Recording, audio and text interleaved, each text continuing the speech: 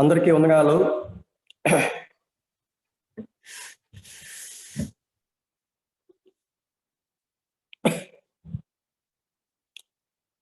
ప్రభువునందు సోదరి సోదరులారా, దేవుని మహాకృప చేత ఉదయకాలంలో దేవుడు తన సన్నిధి మనకు దయచేసి దేవుని యొక్క ఆశీర్వాదములు మనకు దయచేసినందుకు దేవునికి కృతజ్ఞతలు చెల్లిస్తుంటున్నాను. ఈ పరిచర్య ప్రారంభించి జరిగిస్తున్న ప్రియులకు, అలాగే పాల్పొందుతున్న ప్రతి వారికి ప్రభువైన యేసుక్రీస్తు వారి పేరిట ప్రేమపూర్వక వందనాలు తెలియజేస్తుంటున్నాను. దేవుని కృప చేత అనేక మంది దేవుని సేవకులను దేవుడు బలపరచి అందిస్తున్నటువంటి వర్తమానాలకై దేవునికి మరోసారి మనం కృతజ్ఞులం. ఉదయకాలంలో దేవుడు మనకు దయచేసిన ఈ మంచి సమయంలో దేవుని పరిశుద్ధ గ్రంథముల నుండి పఠనగీతము 2వ అధ్యాయము 7వ చరణం నేను చదువుతున్నాను. పరమగీతము 2వ అధ్యాయం 7వ చరణం చదువుతున్నాను. యెరూషలేము కుమార్తెలారా, పొలములోని ఇరులను బట్టియు లేళ్లను బట్టియు మీ చేత ప్రమాణం చేయించుకొని ప్రేమకు ఇష్టము కొరకు మీరు లేపకయు కలతపరచకయు ఉండుడని మిమ్మల్ని బతిమాలుకొనొచ్చున్నాను. దేవుడు తన వాక్యమును మనందరి క్షమార్థమై దీవించినట్లుగా నేను కూడా ఒక చిన్న మాట ప్రార్థన చేస్తాను. పరిశుద్ధుడు దేవా, ప్రేమల మా ప్రభా యేసుక్రీస్తు వారి ప్రశస్త నామాన్ని బట్టి మీకు స్తోత్రములు.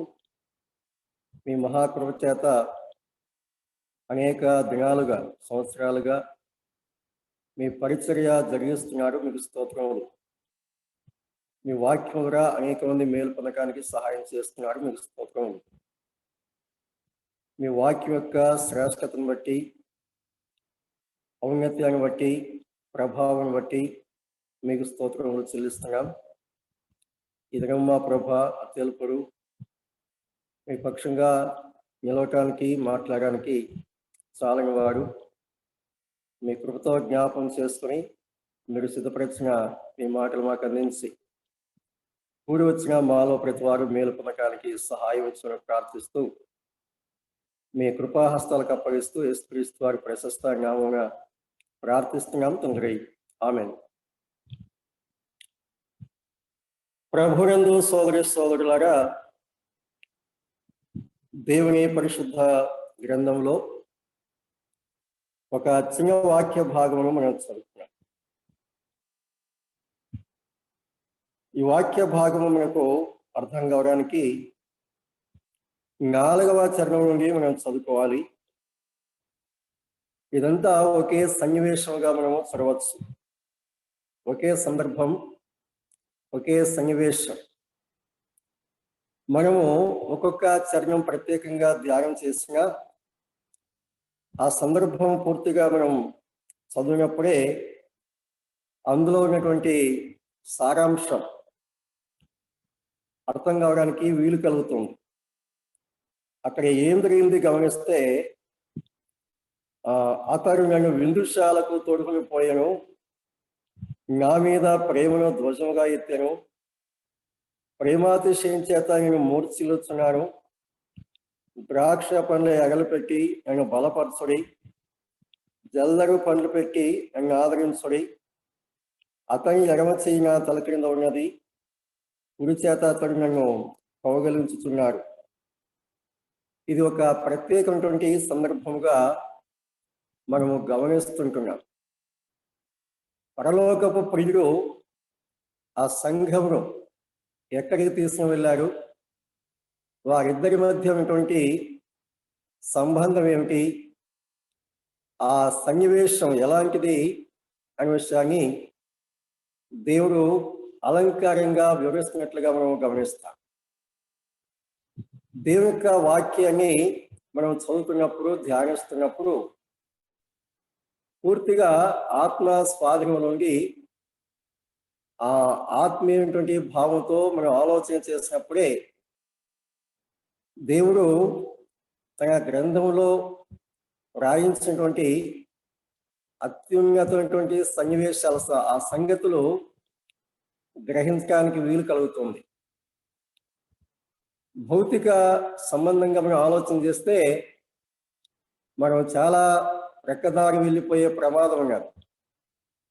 కాబట్టి ఆ దేవుని ప్రేమ, సంఘం ఎడల దేవుని యొక్క ప్రేమ ఔన్నత్యం ఎలాంటిది అనే సంగతి మనం గమనించాలంటే ఆత్మీయ భావంలోనే మనం సంగతులు ఆలోచన చేయాలి. విందుశాలకు తోడుకుని వెళ్ళారు, ప్రేమను ధ్వజముగా ఎత్తారు.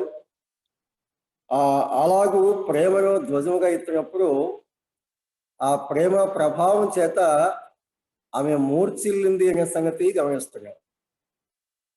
అలా మూర్ఛిల్లినప్పుడు ఆమె పలికిన మాటలు గమనిస్తే, ద్రాక్ష పండ్ల ఎగలు పెట్టి నన్ను బలపరచుడి, జల్లడు పండ్లు పెట్టి నన్ను ఆవరించుడి అని ఆమె చెప్తున్నారు. ఆ తర్వాత అతని ఎడమ చేయ తల క్రింద ఉన్నది, కుడి చేత అతడు నన్ను కౌగలించుతున్నాడు.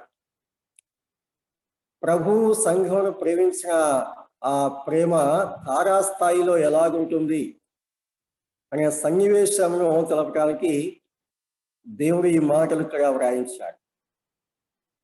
ఆ ప్రేమ ఎంత ఉన్నతమైనదో, ఎంత నిష్కలంకమైనదో, ఎంత పవిత్రమైనదో, ఎంత అత్యున్నతమైనటువంటి ఆ స్థితిలో దేవుడు ఇలా ప్రేమిస్తున్నారు అని గ్రహించడానికి ఈ అలంకార భాష, అలంకార పదాలు ఉపయోగించినట్లుగా మనం గమనిస్తున్నాం.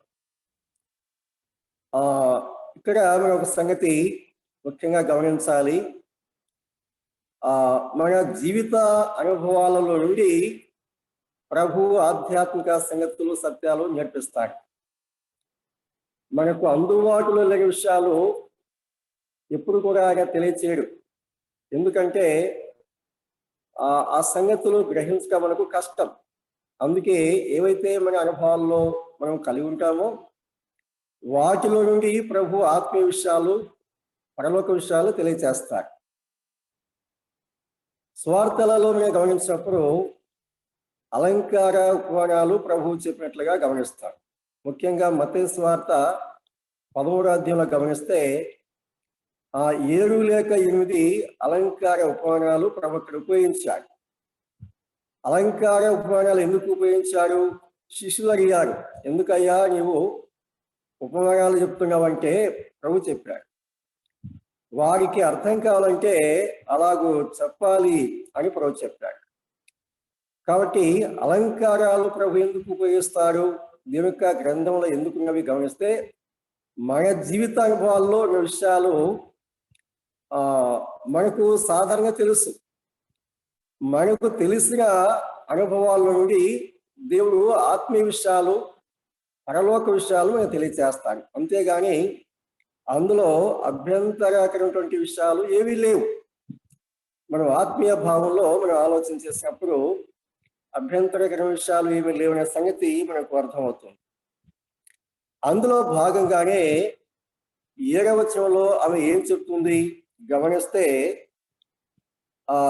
మమ్మలను డిస్టర్బ్ చేయొద్దు అని ఆమె చెప్తుంది. మా వైవాహిక జీవిత అనుభవాలు ఈ పరిధిలో ఉన్నవి, ఈ స్థితిలో ఉన్నవి కాబట్టి మీరు మమ్మలను ఏమాత్రము ఇబ్బంది కలిగించవద్దు అని ఆమె యెరూషలేము కుమార్తెలతో చెప్తుంది. యెరూషలేము కుమార్తెలతో ఆమె చెప్పిన మాట ఏమిటి, సంగతులు ఏమిటి గమనిస్తే, యెరూషలేము కుమార్తెలారా, పొలములోని ఇరులను బట్టి లేళ్లను బట్టి మీ చేత ప్రమాణం చేయించుకుని ప్రేమకు ఇష్టము వరకు మీరు లేపకయు కలతపరచకయు ఉండురని మిమ్మల్ని బతిమాలుకొనుచున్నాను. ఆమె యెరూషలేము కుమార్తెలను ఉద్దేశించి ఒక రిక్వెస్ట్ చేసుకుంటున్నది. అంటే వారు ఏం చేస్తున్నారు మనం గమనించినప్పుడు, వారిని ఇబ్బంది పరుస్తున్నారు. వారు సమైక్యంగా ఉన్నప్పుడు, వారు ప్రేమానురాగాలతో సవ్యంగా సాగుతున్నప్పుడు ఈ యెరూషలేము కుమార్తెలు వారిని అభ్యంతరపరుస్తున్నారు, ఆటంకపరుస్తున్నారు, లేక కలత కలిగిస్తున్నారు. యెరూషలేము కుమార్తెలు ఆనాటి మతస్థులుగా మనం గమనిస్తాం. ఈనాడు మతస్థులుగా కూడా మనం గమనించవచ్చు. ప్రభువునందు విశ్వాసించిన విశ్వాసులు, లేక ఈ నూతన నిబంధన సంఘం అదే కృపాకాలంలో సంఘం, ఈ సంఘము ప్రభుతో సమైక్యపరచబడి, ప్రభుతో అంటుకట్టబడి, ప్రభుతో కలిసి ఈ లోకయాత్రలో సాగుతుండగా మతస్థులు ఏం చేస్తారు అనే సంగతి మనం దేవుని వాక్యంలో గమనించవచ్చు. సువార్తలలో ప్రభుని వారు అనేక విధాలుగా విమర్శించారు. అనగా శాస్త్రులు, పరిసయ్యులు, సద్దుకయ్యులు, ఆ మతస్థులు, మత నాయకులు ప్రభువును ఎలాగ విమర్శించారో మనకు తెలుసు.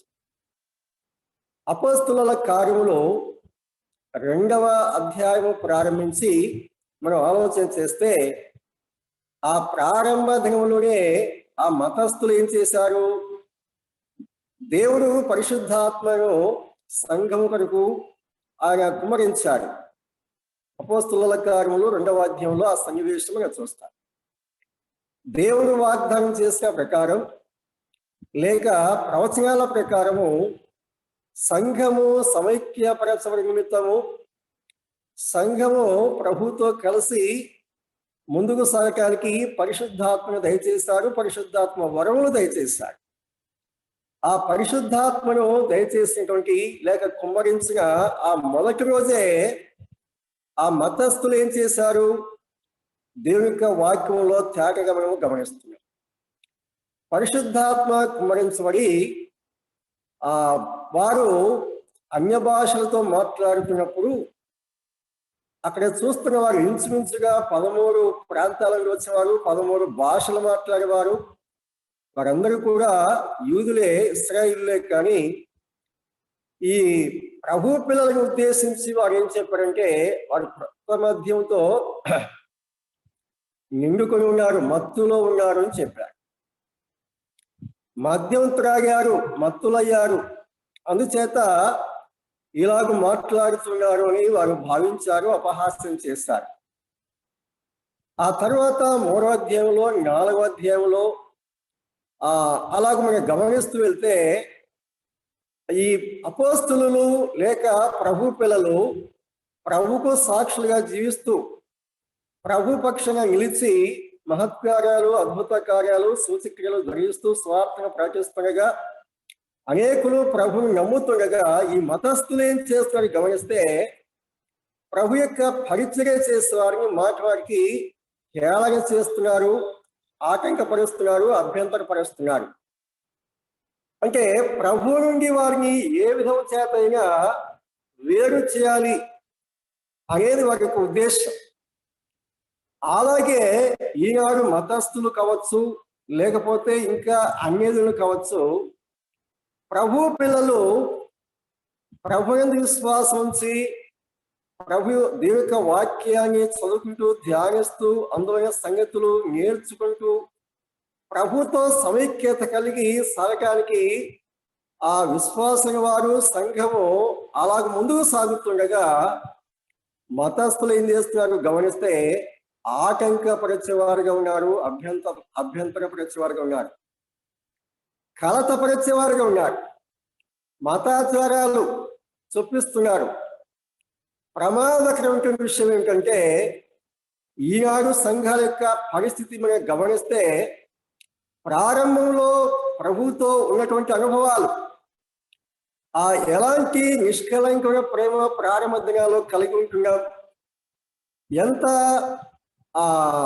కోమలంగా, ఎంత మృదువుగా ఆ ప్రేమ మనం కలిగి ఉన్నాం, ప్రభువుని ఎంత సన్నిహితంగా మనం అనుభవించామనే సంగతి మనం ఆలోచన చేస్తే, ప్రారంభంలో ఉన్నటువంటి విశ్వాసానికి, ప్రారంభంలో ఉన్న సహవాసానికి, ప్రారంభంలో ప్రభులో మనం అనుభవించిన మాధుర్యము మనం ఆలోచన చేస్తే, మన విశ్వాస యాత్ర జీవితము ముందుకు సాగుతుండగా ఈ మధ్యలో మరి అనేక ఆటంకాలు, అభ్యంతరాలు లేక ప్రభువుకు మనకు మధ్య వ్యవధి ఏర్పడినట్లుగా మనము గమనించవచ్చు.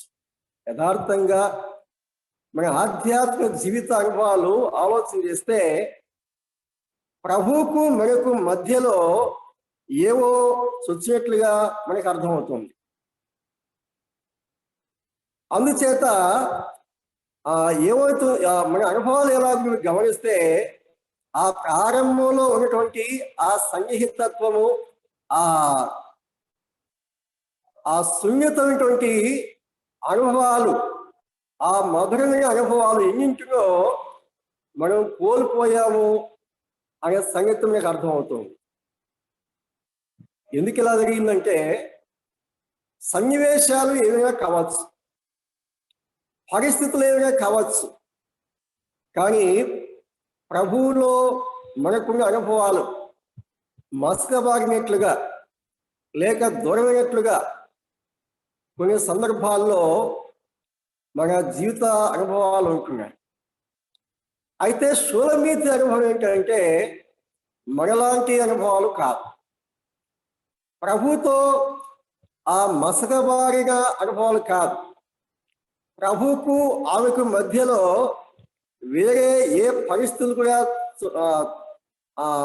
ప్రవేశించడానికి ఆమె ఏమాత్రము ఇష్టపడటం లేదు. అందుకే ఈ యెరూషలేము కుమార్తెలు, ఈ మతస్థులు ఈ ఇద్దరి మధ్య జోక్యం చేసుకుంటుండగా ఆమె ఏమంటున్నది? దయచేసి మీరు మా మధ్యలోకి రావద్దు, మా మధ్యలో మీరు ప్రవేశించవద్దు, మా ప్రేమకు ఆటంకం కలిగించవచ్చు, మా సాన్నిహిత్యాన్ని దూరించడానికి మీరు ప్రయత్నించవద్దు అని ఆమె బ్రతిమలాడుకుంటున్నది. ఇక్కడ ఆమె ఒక పోలిక చెప్తూ ఉంటున్నది. ఏమిటా పోలిక? మనం గమనిస్తే, పొలములోని ఇరులను బట్టి లేళ్ళని బట్టి మీ చేత ప్రమాణం చేయించుకుంటాను అని చెప్తాం. ఈ ప్రేమ యొక్క మాధుర్యం నుండి మమ్మల్ని వేరు చేయకుండా, ఈ ప్రేమ అనుభవంలో నుండి, ఈ సన్నిహితమైన సంబంధం నుండి మమ్మల్ని వేరుపరచకుండా ఉండటానికి మీతో నేను ప్రమాణం చేయించుకుంటాను అని చెప్తాం. ఆ పోలిక ఎందుకు చెప్పింది మనం గమనిస్తే, ఇరులు అంటే మగజింకలు, లేళ్ళంటే ఆడజింకలు. ఈ జింకల గురించి మనం ఆలోచన చేస్తే మనలో చాలా మంది గమనించి ఉండవచ్చు. మేము కూడా అప్పుడప్పుడు ఆ జింకల మందగా గమనిస్తుంటాం.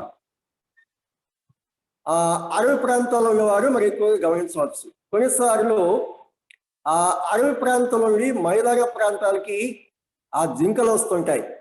ఆ జింకలు ఎలా వస్తాయి? ఒంటరిగా వస్తాయా? జింక ఎప్పుడు కూడా ఒంటరిగా ఉండదు. ఎలా ఉంటాయి? ఆ జతలుగా ఉంటాయి, తర్వాత గుంపుగా ఉంటాయి. జతలుగా ఉంటాయి, గుంపుగా ఉంటాయి. అంటే ఆ ఎడబాటు లేని అనుభవాలు అవి కలిగి ఉంటాయి. ఎడబాటు లేని అనుభవాలు కలిగి ఉంటాయి. వాటిని చూసి మీరు నేర్చుకోండి.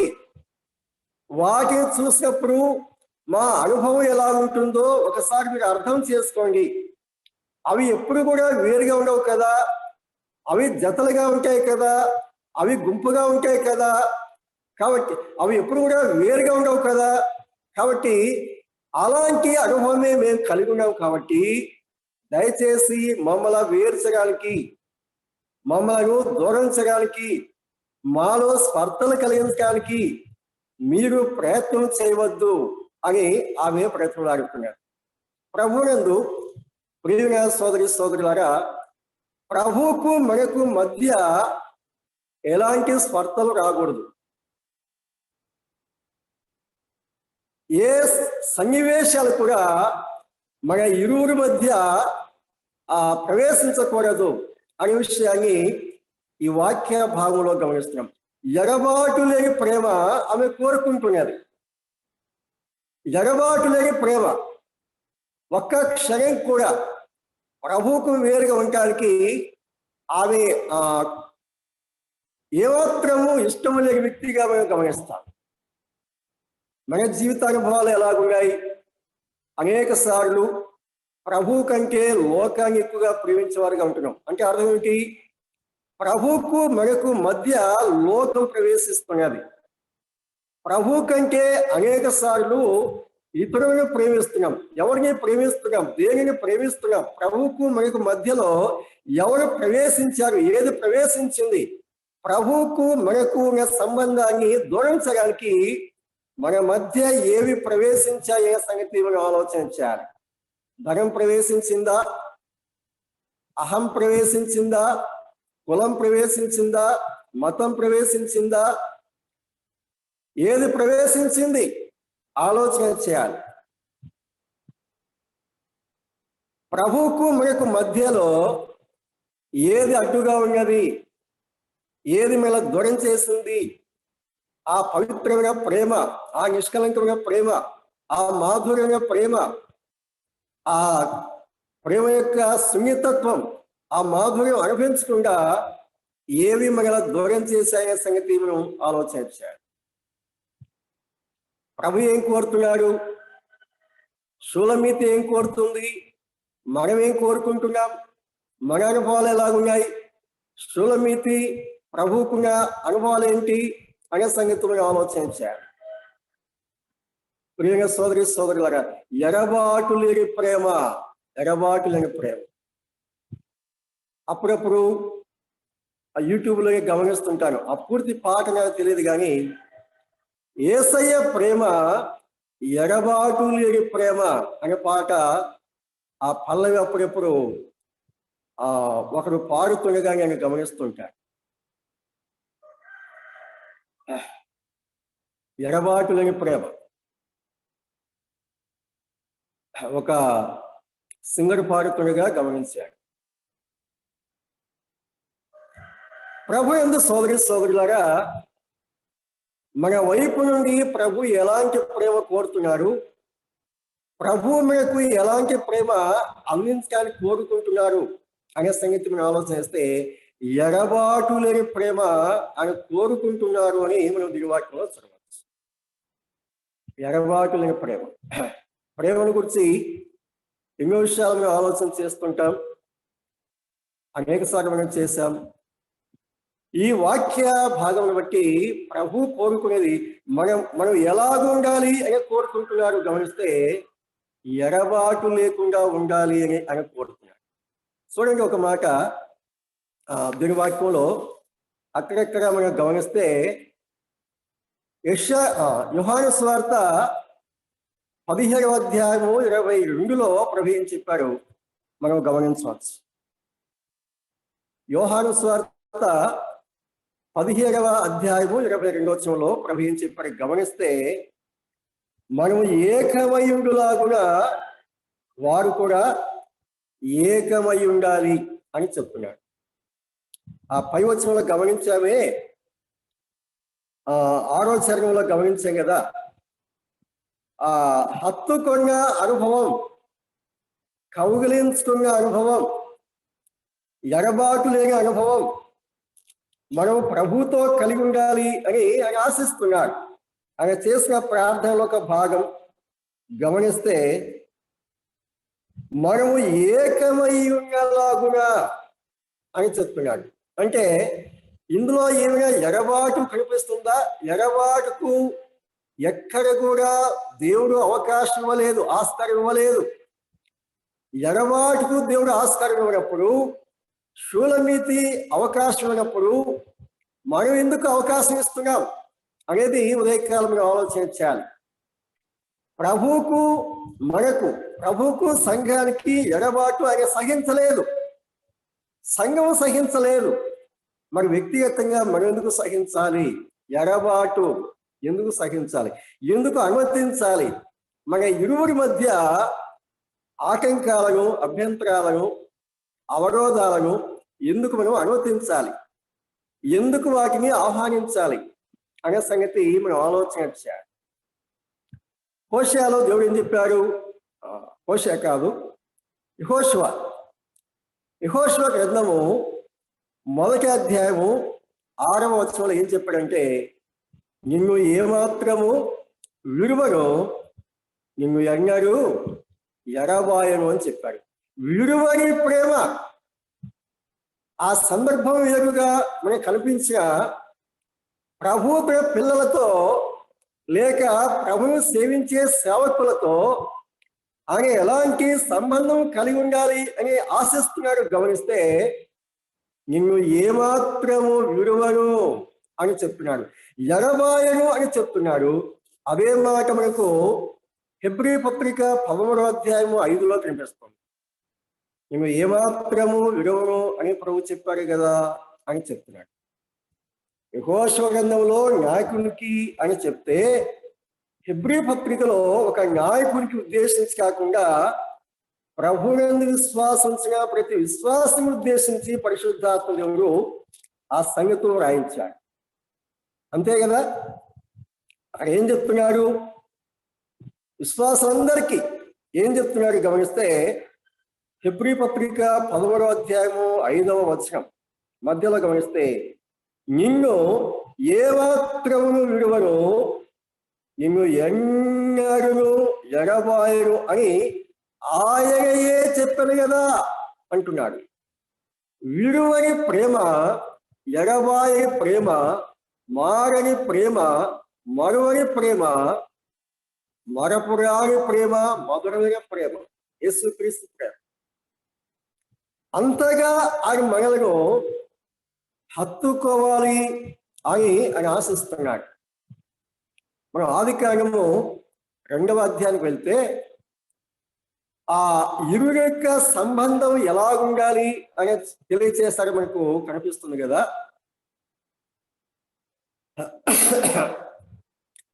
ఆ వైవాహిక జీవితంలో ఇరువురి వ్యక్తుల జీవిత అనుభవాలు ఎలాగుండాలి అనే విషయం అక్కడే చెప్పాడు. ఈ లోకప్రియంగా వైవాహికత జీవిత అనుభవం కావచ్చు, ఆత్మ సంబంధముగా ప్రభువుకు సంఘానికి ఉన్నటువంటి సంబంధము కావచ్చు. అదేం చెప్పారు గమనిస్తాం. మనకు తెలిసిన విషయాలే. ఆదికాండము 2వ అధ్యాయం 24వ వచనం గమనిస్తే, కాబట్టి పురుషుడు తన తల్లిని తన తల్లిని విడిచి తన భార్యను హత్తుకును అని చెప్పాడు. ఎవరిని హత్తుకోవాలి గమనిస్తే, తన భార్యను హత్తుకును అని చెప్పాడు. వైవాహిక జీవిత అనుభవాలు ఎలా ఉండాలి అని చెప్తున్నాడు. తన భార్యను హత్తుకును. ఇక్కడ మనం కాస్త నిలిచి ఆలోచిస్తే, ఆదాముకు తల్లి కదా, ఆదాముకు తండ్రి ఉన్నారా, హవ్వకు తల్లి ఉన్నదా, హవ్వకు తండ్రి ఉన్నారా? వారిద్దరికీ శరీర సంబంధముగా తల్లిదండ్రులు లేరు. కానీ ప్రభు ఏం చెప్తున్నాడు? పురుషుడు తన తండ్రిని తల్లిని విడిచి తన భార్యను హత్తుకును అని చెప్పాడు. అంటే అది కేవలము ఆదాము హవ్వలకు మాత్రమే వర్తిస్తుందని కాదు, ఈ ప్రపంచంలో ప్రతి దాంపత్య జీవితంలో, వైవాహిక జీవిత అనుభవంలో ఆ దంపతులు ఎలా ఉండాలనే విషయం చెప్పాడు. అది భౌతిక సంబంధంగా. ఆత్మ సంబంధంగా గమనిస్తే, ప్రభువుకు మనకు, ప్రభువుకు సంఘానికి ఎడబాటు లేకుండా హత్తుకుని ఉండాలి అనేది దేవుని యొక్క ఉద్దేశం. ఆ సన్నివేశాన్ని చెప్పడానికి, ఆధ్యాత్మిక సన్నివేశం చెప్పడానికి భౌతికంగా ఒక వైవాహిక జీవిత అనుభవాలు ఎలా ఉండాలో చెప్పాడు. ముందుగా చెప్పాను, మన అనుభవాలలో లేనిది ఏది కూడా ప్రభు చెప్పరు. మొదట మన అనుభవాలలోనికి తీసుకువచ్చి అందులో నుండి ఆధ్యాత్మిక విషయాలు దేవుడు తెలియజేస్తారు. కాబట్టి ఆదికాండం 2వ అధ్యాయంలో చెప్పారు, ఒక కుటుంబం ఎలాగో చెప్పారు. ఆ ఆత్మ సంబంధంగా ప్రభుతో సంఘం యొక్క సంబంధం, అనుబంధం, అనురాగం ఎలా ఉందో చెప్తున్నాడు. ఎడబాటు లేకుండా హత్తుకొని ఉన్న అనుభవాలు క్రీస్తుకు, సంఘానికి, క్రీస్తుకు, విశ్వాసకి కలిగి ఉండాలి అని చెప్తున్నాడు. ప్రియ సోదరి సోదరులారా, దేవుని యొక్క వాక్యాన్ని మనం ధ్యానిస్తున్నప్పుడు, దేవుని వాక్యంలో ఉన్నటువంటి అత్యున్నత అనుభవాలు దేవుడు మనకు తెలియజేస్తున్నప్పుడు, మన జీవిత అనుభవాలు సరిపోల్చుకున్నప్పుడు మనం ఎక్కడ ఉన్నామో, ఎంత తక్కువ స్థాయిలో ఉన్నామో అర్థమవుతుంది. ప్రభు మనతో ఎలాగుండాలని కోరుకుంటున్నాడు, మనం ఎలాగూ ఉంటున్నాం అనే సంగతి కంపేర్ చేసినప్పుడు, సరిపోల్చినప్పుడు ఆ దేవుడు కోరిన ప్రమాణాలకు మనం ఎంత తక్కువ స్థాయిలో ఉన్నామో మనకు అర్థమవుతుంది. ప్రభు ఎలాంటి అనుభవాలు కోరుతున్నాడు, మన అనుభవాలు ఎలాగున్నాయి, ప్రభు ఎలాంటి ఉన్నతమైన ఆశయాలు కలిగి ఉన్నాడు, మనం ఎలాంటి ఆశయాలు కలిగి ఉన్నాం అంటే మనం చాలా క్రింది స్థాయిలో ఉన్నాం. అందుకే ప్రభువుని గురించినటువంటి సంగతులు గ్రహించలేకుండా ఉంటున్నాం. ప్రభువుతో మనము ఉండవలసిన అనుభవంలో మనం సాగలేకపోతున్నాం. కాబట్టి ప్రభు యొక్క ప్రేమ మాధుర్యాన్ని మనం పూర్తిగా అనుభవించలేకపోతున్నాం. ప్రేమ సోదరి సోదరులారా గమనిస్తాం. ఇంకా మేము గమనిస్తే దేవుని యొక్క వాక్యం గమనించినప్పుడు యాకోబుతో కూడా ప్రభు చెప్పాడు. ఆదికాండము 28వ అధ్యాయంలో గమనిస్తే ఏం చెప్పాడంటే, నేను నీతో చెప్పినది నెరవేర్చే వరకు నిన్ను విడువను అని చెప్పాడు. నిన్ను విడువను ఆ మాట పట్టుకుందాం. నిన్ను విడువను యెహోషువతో చెప్పాడు, యాకోబుతో చెప్పాడు. ఇంకా మనం గమనిస్తే ప్రతి విశ్వాసతో చెప్పాడు. హెబ్రీలో మనం గమనించాం. మాత్రమే కాకుండా ఆ మత్తయి సువార్త 28వ అధ్యాయము 20 ఏం చెప్పాడు ప్రభు, యుగ సమాప్తి వరకు సదాకాలము మీతో ఉన్నాను అంటే ఎడబాటు లేకుండా ప్రభు మనతో ఉంటాడు. మనం యోహాను సువార్తలో గమనించాం. మనం ఏకమై ఉన్న ప్రకారం, ఏకమై ఉన్న రీతిగా వాడు కూడా మనతో ఏకమై ఉండాలి. దూరంగా కాదు సుమా, దూరంగా కాదు. పేతురు వెంబడించినట్లుగా ప్రభుని అప్పగించిన రాత్రి ఉన్నదే. పేతురు ఎలా వెంబడించాడు? దూరంగా వెంబడిస్తున్నాడు కానీ దూరంగా వెంబడిస్తున్నాడు. మనం ఎలా వెంబడిస్తున్నాం? ఎలాంటి అనుభవాలు కలిగి ఉన్నాం? ప్రభువేమో ఏకమై ఉండాలని కోరుతున్నాడు, ప్రభువేమో హత్తుకోవాలని కోరుకుంటున్నాడు, ప్రభువేమో సమైక్యత కలిగి ఉండాలని కోరుకుంటున్నాడు. మనమేమో బహుదూరంగా వెంబడిస్తున్నాము అని భావిస్తున్నామా? వెంబడిస్తున్నామని భ్రమిస్తున్నామా? లేక వాస్తవంగా ప్రభు కోరినంత సమీపంగా మనం ఉంటున్నామా? సమైక్యత కలిగి ఉంటున్నామా? ఏకమై ఉంటున్నామా? లేక మన ఇరువురి మధ్య అభ్యంతరాలు, ఆటంకాలు, అవరోధాలు ఉన్నాయా? మనం ఆలోచన చేయాలి.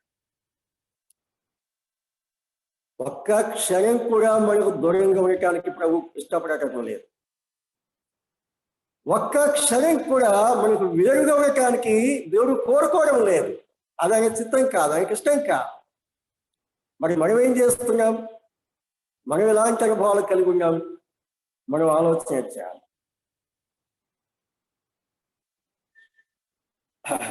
కొన్ని మాటలు గమనిస్తాం. అంటే ప్రభు మనతో ఎలాంటి బంధం కలిగి ఉండాలో కొన్ని గమనించాం. మరొక వాక్య భాగం రోమపత్రిక 8వ అధ్యాయంలో మనం గమనిస్తే,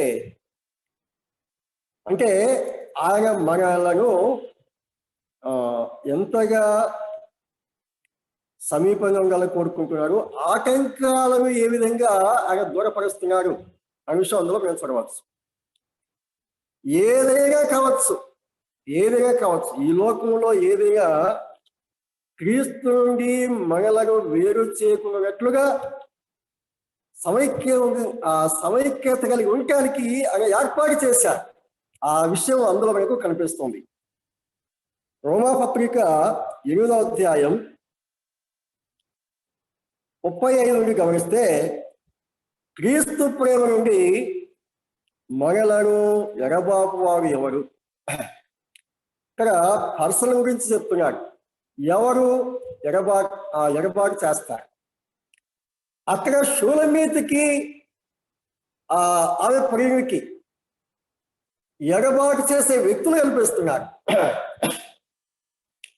వారు యెరూషలేము కుమార్తెలు, వారు మతస్థులు అని అందులో మనం చూస్తాం. ఆత్మ సంబంధంగా గమనిస్తే క్రీస్తుకు మనకు దూరం చేసే వ్యక్తులు ఉంటారు. క్రీస్తుకు మనకు దూరం చేసే సన్నివేశాలు, సందర్భాలు ఉండవచ్చు. కానీ దేవుడు వాటన్నిటినీ దూరం చేసి ఏ రీతిగా మనం సమైక్యంగా ఉండటానికి ఏర్పాటు చేశారు అనే సంగతి ఇందులో మనం గమనించవచ్చు. ఎవరు కూడా క్రీస్తు ప్రేమ నుండి మనలను ఎడబాటు చేయలేరు అని ఇక్కడ చెప్పాడు. ఏ వ్యక్తి కూడా చేయలేరు. ఏ అధికారం ఆ తర్వాత గమనిస్తే ఎంత శ్రమ అయినా, బాధ అయినా, హింస అయినా, కరవైనా, వస్త్రహీనత అయినా, ఖడ్గమైనా ఎడబాపు అని చెప్పాడు. ఎలాంటి పరిస్థితులు సంభవించినా, ఎలాంటి విపత్తుగా పరిస్థితులు మన జీవితంలో సంభవించినా మనం వేరు కాకుండా ఉండటానికి, దూరం కాకుండా ఉండటానికి ప్రభు యొక్క ఉన్నతమైన ఏర్పాటు చేశారు అని వాక్య భాగంలో గమనిస్తాం. ఏ వ్యక్తి వేరు చేయలేరు, ఏ సన్నివేశం కూడా వేరు చేయడానికి వీలు లేనంత సన్నిహితంగా ఉండటానికి ఆయన ఏర్పాటు చేశారు అనే సంగతి మనం గమనిస్తుంటున్నాం. తర్వాత 38లో ఏం చెప్పారు? మరణమైనా, జీవమైనా, దేవదూతులైనా, ప్రధానులైనా, ఉన్నవి అయినా, రాబోవులైనా, అధికారమైనా, ఎత్తైనా, లోతైనా, సృష్టింపబడిన మరి ఏదైనా మన ప్రభువైన యేసుక్రీస్తు యందలి దేవుని ప్రేమ నుండి మనలను ఎడబాపన్నారు అని చెప్పాడు. అంటే ఇందులో మేము గమనించవలసిన విధానం ఏంటంటే, ఎవరైనా ఏదైనా క్రీస్తు ప్రేమ నుండి మనం దూరం కాకుండా ఉండినట్లుగా ఆయన ఏర్పాటు చేశారు. అదే ఇక్కడ సారాంశం. వేరు కోణాలు మేము ఆలోచించవచ్చు. ఏది కూడా వేరు చేయనంత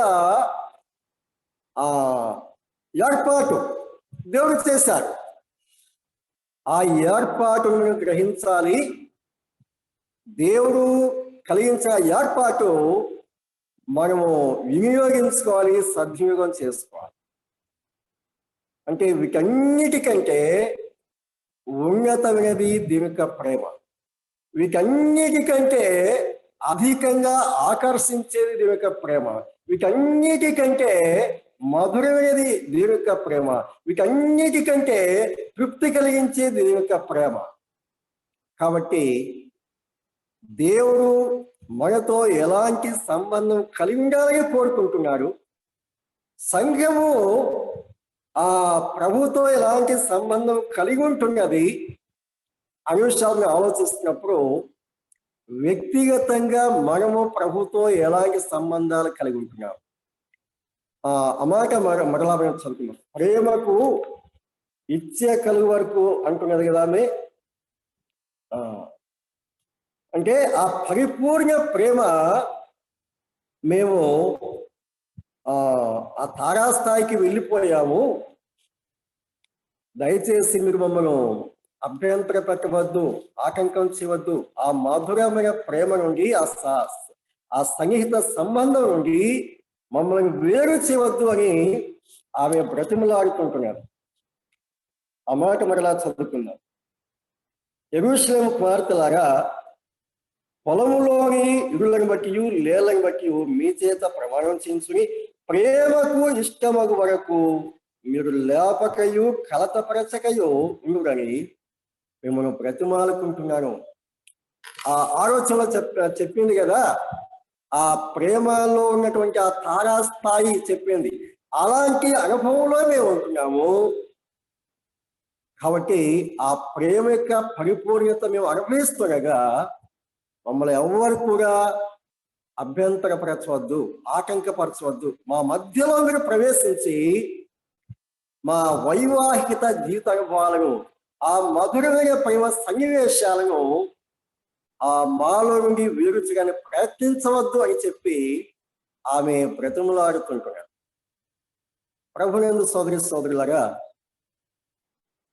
ఆ ప్రభుతో మనం ఎలాంటి సంబంధం కలిగి ఉండాలో ఈ వాక్య భాగాలు ఎక్కువగా మనకు జ్ఞాపం చేస్తున్నాయి. కాబట్టి వైవాహికత జీవిత అనుభవాలు కావచ్చు, ఆత్మ సంబంధముగా ప్రభుత్వంగా సంబంధాలు కావచ్చు, ఎలా ఉండాలి అనే సంగతులు దేవుడు తన వాక్యం ద్వారా మనకు తెలియపరుస్తుండగా, దేవుడు మనకు దయచేసినటువంటి జీవిత భాగస్వామితో, అలాగే ఆత్మ సంబంధంగా ప్రభుత్వం, ఆ తారాస్థాయి యొక్క అనుభవాలు, ఆ ఉన్నతమైన అనుభవాలు, ఆ మధురమైన అనుభవాలు మన జీవితంలో మనం నిత్యము కలిగి ఉండాలని, ఆ ఇరువురి మధ్య ఏది ప్రవేశించకుండా, వేరు చేయకుండా, కలతపరచకుండా మన అనుభవాలు సాగిపోవాలని దేవుడు తన వాక్యం ద్వారా తెలియపరుస్తున్నారు. ప్రభు ఈ మాటలు మన వైవాహిక జీవిత అనుభవాలకు, అలాగే ఆత్మీయ జీవితాలకు ఆశీర్వాదకరంగా ఉండులాగుగా దేవుడు తన కృప మన ఎడల సమృద్ధిగా దయచేయుగాక. అందరికీ వందనాలు బ్రదర్స్. చక్కగా